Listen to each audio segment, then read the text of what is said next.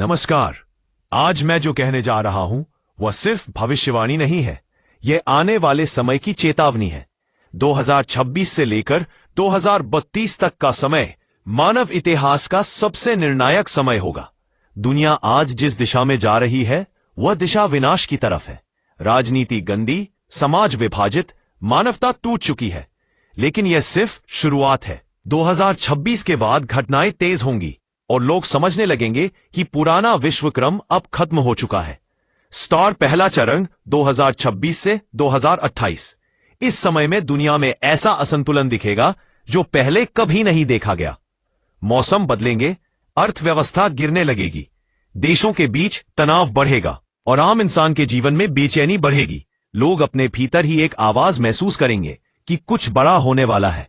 यह समय जागरण का आरंभ है। स्टार दूसरा चरण 2028 से 2030। यह समय सबसे बड़ा मानसिक युद्ध होगा। लोग टूटेंगे, परिवार बिखरेंगे, धर्म, विश्वास, पहचान सब पर संकट आएगा। लेकिन इसी समय कुछ आत्माएं प्रकाश की ओर खींचने लगेंगी। वे समझेंगी कि जीवन सिर्फ पैसा और राजनीति नहीं है, बल्कि एक बड़ा दिव्य उद्देश्य है। और तीसरा चरण 2030 से 2032। अब मैं वह बात कहने वाला हूं जिसे बहुत से लोग सुनना भी नहीं चाहेंगे।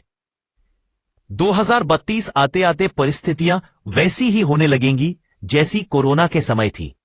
लोग फिर डरेंगे, फिर भागेंगे, फिर एक दूसरे को दोष देंगे। लेकिन इस बार वजह बीमारी नहीं होगी, बल्कि मानवता का आध्यात्मिक पतन। और जैसे ही हालात हाथ से निकलने लगेंगे, मानवता फिर एक ही नाम पुकारेगी, कल की। वहां से मनो के आपिए सिर्फ आकाश से घोड़े पर उतरेंगे। वह तुम्हारे बीच रहकर मनों के बीच होंगे, बल्कि तुम्हारे बीच रहकर ही इन तुम्हारी समस्याओं का समाधान करेंगे। पर दुख की बात यह है कि आप में से बहुत से लोग उन्हें पहचान भी नहीं पाएंगे, क्योंकि कल्कि का रूप आडंबर नहीं, बल्कि सत्य, करुणा और धर्म है। वह वही होगा जो लोगों के संकट हरता है, जो अंधकार में प्रकाश देता है, जो टूटे हुए हृदयों को जोड़ता है। पर दुख की बात यह है कि आप में से बहुत से लोग उन्हें पहचान भी नहीं पाएंगे। दिल चाहिए, और वह समय बहुत दूर नहीं, बिल्कुल सामने खड़ा है। 10 आखिर पदी पर कशावत है कि दिल चाहिए और वह समय बहुत दूर नहीं, बिल्कुल सामने खड़ा है। इस समय डरने का नहीं, तैयार होने का है।